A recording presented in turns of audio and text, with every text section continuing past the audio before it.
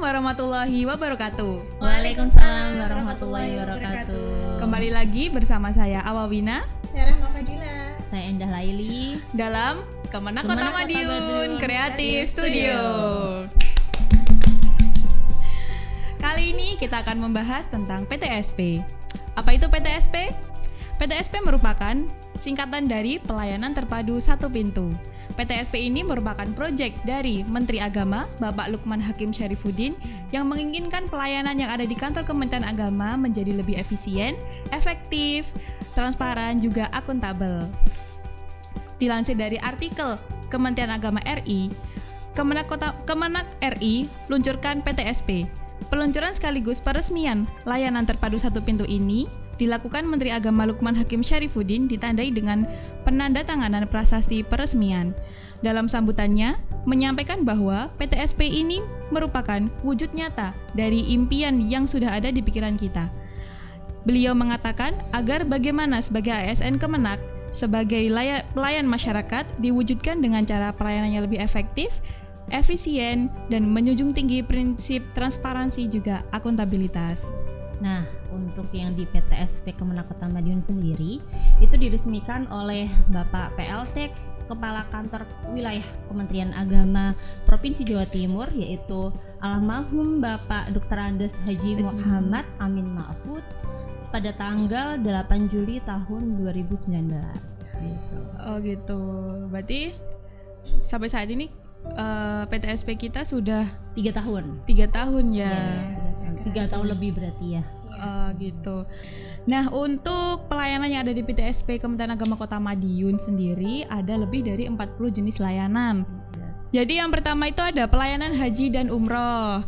Nah, di pelayanan haji dan umroh ini ada pendaftaran haji. Ini yang baru-baru ini rame ya, karena biasanya setelah pemberangkatan haji itu biasanya banyak masyarakat yang berbondong-bondong mendaftarkan haji seperti itu. Kemudian ada permohonan rekomendasi umroh. Nah, ini biasanya rekomendasi ini untuk rekom ke pembuatan paspor itu loh, iya, biasanya betul. Ke imigrasi. Oh iya, maksudnya itu. Imigrasi. Terus ada pembatalan haji karena meninggal dunia. Meninggal. Jadi biasanya sih kebanyakan sih kalau yang sekarang itu biasanya karena meninggal jadi akhirnya dilimpahkan ke anaknya gitu ya, ahli waris ya, betul, ahli waris. Iya, di sini juga ada layanan pelimpahan porsi haji. Ya biasanya untuk ahli waris itu sendiri kira-kira harus ini ya, apa namanya, satu darah gitu ya, biasanya ya. Kandung ya. Iya, anak kandung benar, ya, anak kandung atau iya betul, biasanya gitu. Oh gitu. Berarti kalau semisal menantu ingin menggantikan itu nggak bisa ya. Gitu. Terus selain itu ada permohonan rekomendasi paspor umroh dan haji khusus. Ya itu tadi sama kan, berarti untuk yang di imigrasi biasanya. Iya. Dan perlu diketahui untuk haji khusus ini langsung ke biro ya, bukan ke Kemenak. Jadi seperti itu. Jadi untuk umroh dan haji itu haji khusus, jadi pendaftarannya harus melalui biro. Kemudian yang terakhir ada informasi haji. Jadi informasi haji ini ya terkait persyaratan tentang pendaftaran haji.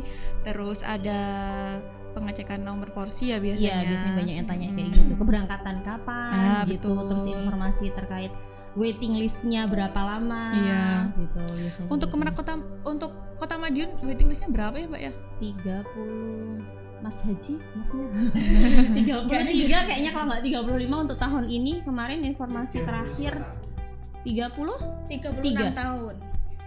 33. Oh, 33 tahun. 33 tahun. Itu ada juga Mbak pembatalan calon jamaah haji karena suatu hal. Oh iya, suatu hal benar. Jadi untuk pembatalan itu nggak harus karena wafat ya. Iya. Misal apa ya?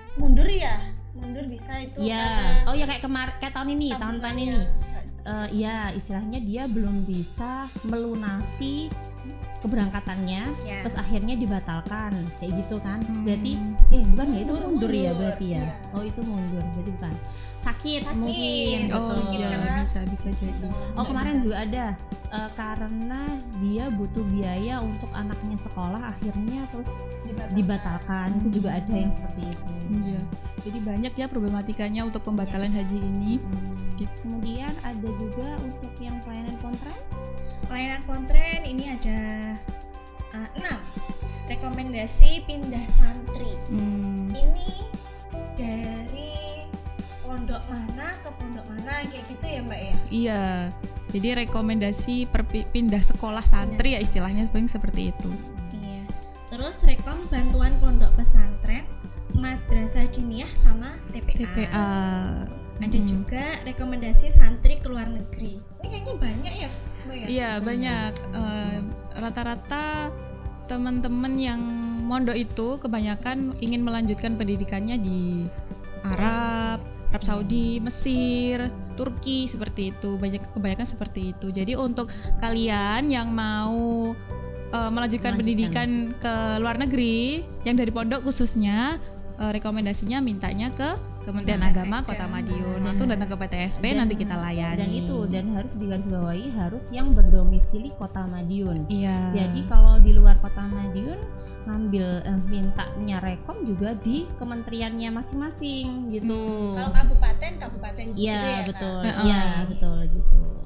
Terus izin pendirian pondok pesantren, izin pendirian madrasah diniyah, izin Oh, ini. pendirian TPA atau Dan- TPI. Oh, Iya itu yang iya, tadi betul. kan online itu.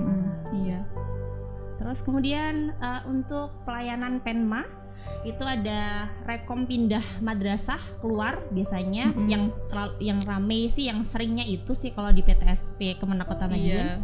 Terus juga ada yang pindah masuk dari tempat mana ke Kota Madiun itu Iya, juga ada. ah. Tapi yang paling banyak sih di situ Yang keluar iya, ya, pindah yang paling keluar banyak. madrasah itu. Ikut orang tuanya kayak gitu ya? Iya Masuk keluar benar, ya? biasanya Banyak mengikutinya keperluan gitu. sih. Iya. Terus kemudian legalisasi ijazah MI, terus layanan EMIS biasanya untuk guru-guru itu. Terus kemudian MS itu biasanya buat siswa. Kalau guru biasanya simpatika. oh iya benar balik ya. Dua. Simpatika itu buat guru-guru, EMIS-nya buat siswa, benar. Terus sama Iya. itu biasanya kalau di Penma itu terkait KIP.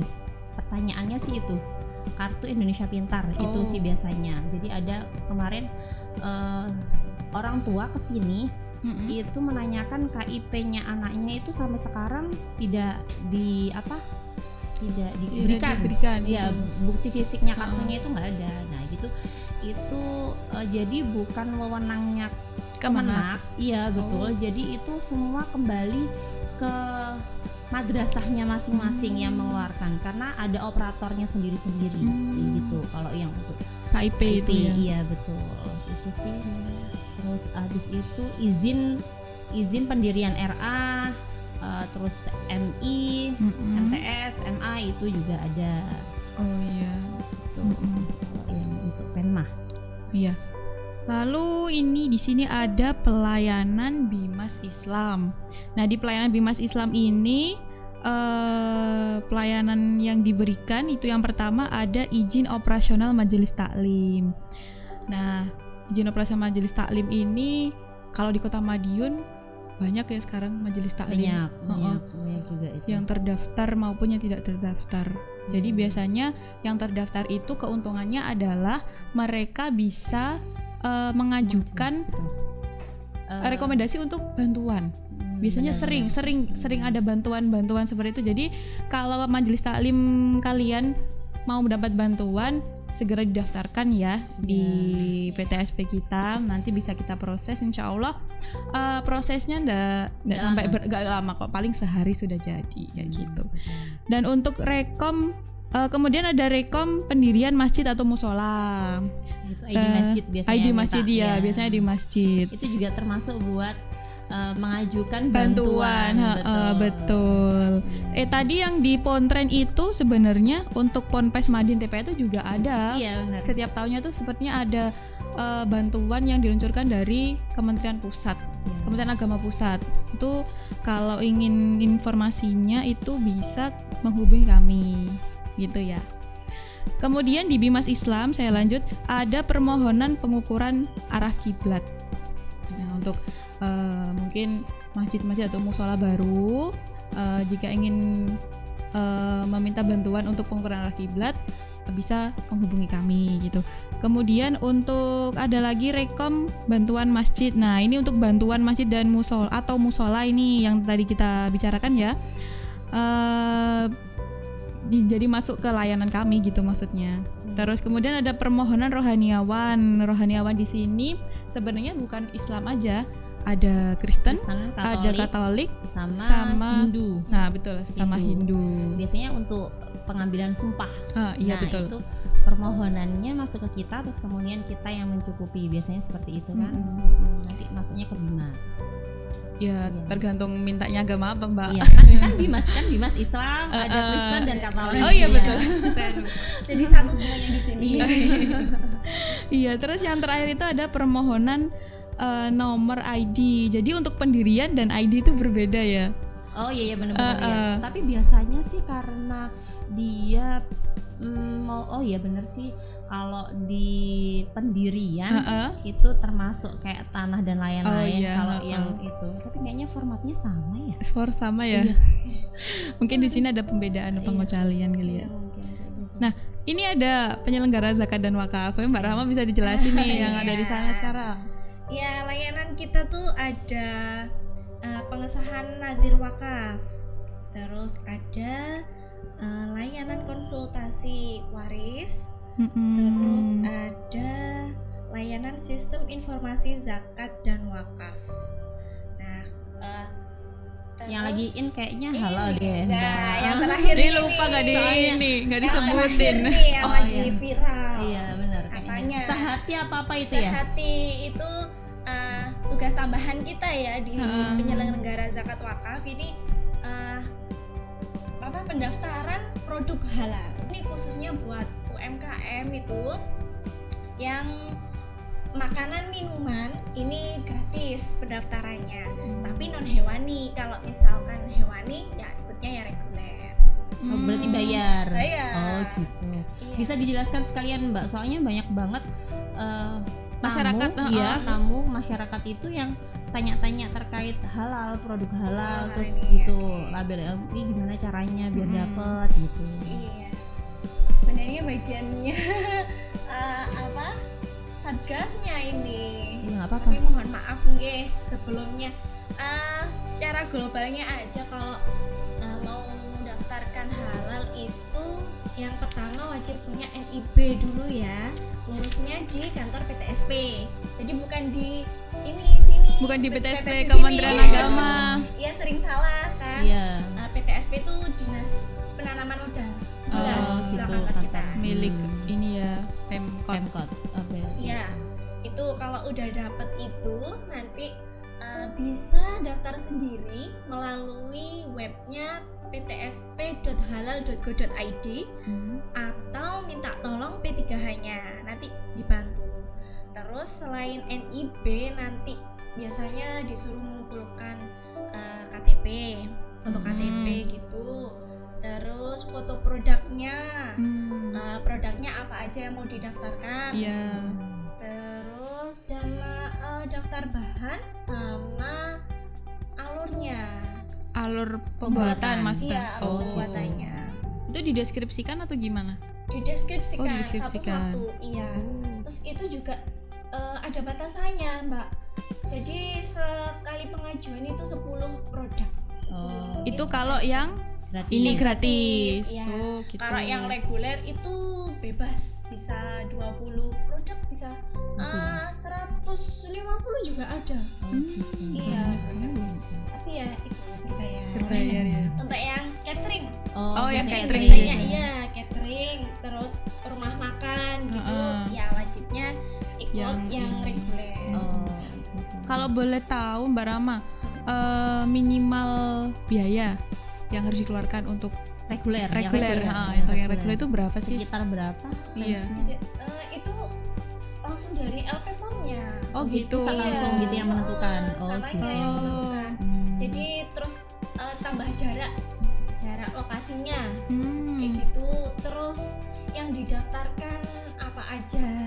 Kemarin itu ada juga yang daftar jasa ada. Terus S-Tube itu. Oh iya. Oh, S1 S1 kan ya. bolong. Kristal itu. Kirain gitu kan nggak perlu kan karena dari air. Ternyata di dalamnya juga ada komponen lain. Ternyata kayak gitu. Jadi perlu didaftarkan halal tapi rawatnya reguler. Oh, S-Tube itu berarti reguler ya? Karena kan pakai alat juga itu buat ambil airnya. Oh gitu. Terus kemudian ada lagi nih untuk layanan umum, yaitu ada konsultasi ya. Biasa kita kalau seumpama tanya-tanya terkait apa ya, SK kayak gitu udah datang belum, berkasnya itu termasuk konsultasi sih. Terus kemudian sama dengan pengambilan berkas sama surat itu, terus kemudian permintaan tanda tangan kepala kantor. Biasanya kesalahan penulisan ijazah kayak gitu. Oh gitu. Terus atau apalagi ya, biasanya berkas yang membutuhkan tanda tangan bapak kepala itu juga termasuk layanannya umum. Terus kemudian permohonan legalisir. Jadi Macam-macam ya kalau legalisir yang di iya, umum ini, di betul. pelayanan umum ini ya. Ada legalisir untuk SK biasanya. ya betul. Terus kemudian yang ijazah tadi biasanya untuk persyaratan Calon-calon ya TNI, gitu, angkatan TNI gitu ya. atau angkatan gitu. Nah, kalau yang terkait dengan legalisasi untuk buku nikah, Nah, kadang ini banyak nih tamu yang kesini minta legalisir untuk buku nikah. Nah, mohon maaf kalau untuk buku nikah, jadi tempatnya bukan di kantor, Gimana? tapi maksudnya bukan di Kemenak ya, tapi di KUA gitu. di KUA Iya, setempat istilahnya iya. iya. Gitu. Terus ada lagi juga yang tanya, kalau seumpama saya nikahnya di Papua yuk, terus kemudian saya ditugaskan di sini bagaimana? Bisa sebenarnya. Jadi tapi nanti pihak KUA harus cross check dulu, cross check ke KUA Papuanya. Ya karena betul. menikahnya Apakah di memang Papua. di sana ada datanya? Iya. Karena yang bisa memastikan buku nikah itu asli atau tidaknya kan KUA sendiri kan. Iya, Jadi betul. makanya kita nggak bisa memproses untuk legalisasi buku nikah kayak gitu. Terus ada lagi nih, ada yang mau legalisir ijazah, tapi lucu banget. Mungkin baru sekali itu ya mungkin legalisir. Iya. Jadi cuman bawa bukti fisik ijazahnya aja, Bu saya mau legalisir ijazah. Oh, ini gak ada gitu. kopiannya gitu. Nggak difotokopi. Iya, belum bawa fotokopiannya kayak gitu juga nih. Ada juga lucu-lucu kok pokoknya kadang itu. Kalau kita di PTSP kan banyak yang kita terima Hadapi ya, ya. benar, hadapi. Jadi itu yang bikin kadang lucu gitu. Gitu deh. Itu yang di layanan umum biasanya kayak gitu. Terus sama apa ya? Ada misal promosi barang atau jasa kayak gitu. Itu biasanya langsung masuk ke bagian humas. Mas, betul. Itu. Layanan kepegawaian ini ada permohonan usulan mutasi PNS. Berarti dari Kota Madiun ke Luar kota. luar kota. Iya. Iya, gitu. Terus permohonan cuti PNS, Heeh. cuti melahirkan atau Cuti Mbak Rama mau melahirkan lagi? belum. ada permohonan usul izin belajar untuk PNS ya ini ya. Iya. Oke. Pengajuan usul kenaikan pangkat KP. Iya. Oh iya betul. Itu KP biasanya per 4 tahun sekali ya. Betul sekali. Verifikasi dan validasi biodata pegawai. Ini khusus yang PNS saja ya. Kayaknya kalau Kayaknya itu kalau itu semua aja. Semua juga ya? Iya kayaknya. Ikutnya nanti di UP cross checknya di sana. Iya. Nah ini ada pelayanan PAIS. Pelayanan PAIS ini nggak banyak ya, ada sekitar 3 pelayanan aja. Yang pertama itu ada rekomendasi penelitian PAIS. Jadi untuk guru-guru PAI yang ada di Kota Madiun misal mau melakukan penelitian, itu bisa mengajukan permohonan ke PTSP dan nanti bisa kita bantu untuk meneruskan ke bagian PAIS. Kemudian ada layanan pembinaan guru PAI. Ini pembinaan ini biasanya rutin dilakukan oleh seksi PAIS. Kemudian ada layanan konsultasi emisi siaga. Nah, kemudian di sini ada layanan keuangan dan perencanaan. Di sini layanan yang ada yaitu permohonan fotokopi daftar gaji. Biasanya untuk PNS yang membutuhkan, untuk biasanya fotokopi gaji itu untuk pendaftaran kuliah anaknya biasanya ya pakai ya. Soalnya dulu saya juga pakai sih.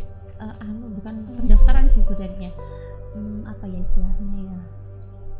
Keaktifan anak atau gimana ya kan? Soalnya masih masa ikut tanggungan orang tua. Ya, Oh, tanggungan gitu. orang tua. Tapi macam-macam sih, nggak cuma untuk biasanya itu aja. Mengajukan Terus pinjaman juga pakai. Mengajukan pinjaman juga pakai gaji, slip gajinya juga pakai itu. Penting itu. Iya penting sih. Terus pelayanan penerbitan SPM tagihan. Nah, terus ada pelayanan permohonan kredit bank, permohonan rincian gaji, terus permohonan tunjangan keluarga, permohonan kopi SPJ gaji, juga tagihan barang dan jasa. Biasanya untuk perencana ya, untuk tagihan barang dan jasa ini. Nah, mungkin untuk pelayanan yang ada di PTSP Kementerian Agama Kota Madiun ya lumayan banyak ya, ternyata ya banyak Harus banget. bisa semua ya. Jadi itu lewatnya PTSP dulu, baru kita masukkan ke Front office, bukan, Ya, back office, back office. office, terus kemudian nanti Baru ke Caranya ya. bagian maunya Iya. apa. meneruskan lagi carakannya kan ya. iya cara kalian meneruskan. Andi tuh biasanya yang meneruskan. Gitu. Selama masih bisa ditangani PTSP kan cukup di PTSP aja. Iya. Iya, biasanya seperti itu ya. Benar. Kecuali kalau memang butuh banget ketemu sama ini karena yang berkaitan sama aplikasi gitu, Iya. baru keuangan gitu ya, silaturahmi, atau bisa ditemui di sini ya. Bisa. Biasanya Untuk- sih kita tanya dulu ya ke yang bersangkutan maunya menemui di mana, di ruangan atau cukup di PTSP gitu tamunya. Jadi kita cukup menyuruh menunggu di PTSP. Iya. Biasanya seperti itu. Untuk PTSP Kemenak Kota Madiun kita ada nomor admin ya, kalau kalian mau nanya-nanya tentang pelayanan yang ada di kita. Nomornya ada di website Kementerian Agama Kota Madiun, nanti bisa dicek sendiri atau nanti ada di bawah sini ya, dilihat ya. Itu biar nggak apa ya, tiba ke sini pas tutup istirahat misalnya, bisa WA dulu. Oh iya, Nanti betul. dibarasi sama kakaknya. Iya kayak gitu. Jadi nggak usah buru-buru lah, kita bikin janji dulu juga nggak apa-apa. Jangan lupa untuk teman-teman semua yang ada di manapun kalian berada, untuk like dan subscribe YouTube kita ya, Ya. Kemenak Kota Madiun. Ya, terus kita juga punya Instagram ya. Iya, Instagram ada kita Instagram. aktif, bagus pokoknya. Humas kita oke, keren. Coba Jangan lupa deh masuk. Follow kita ya. follow kita. ya. Banyak informasi yang pasti kalian dapatkan nanti. Jadi ada lagi yang mau disampaikan nih? Enggak ada. Sudah? Ya. Baik teman-teman semua, cukup sekian bincang-bincang kita kali ini. Jadi untuk informasi lebih lanjut silahkan mengunjungi website kita atau bisa langsung DM ke Instagram kita. Baik, terima kasih untuk Mbak Rahma, Mbak Elo, Ya. Mas Hendra, dan Mas Mino, dan juga teman-teman semua yang sudah mendukung acara ini. Sampai berjumpa ke episode berikutnya. Terima kasih dan assalamualaikum warahmatullahi wabarakatuh. Bye.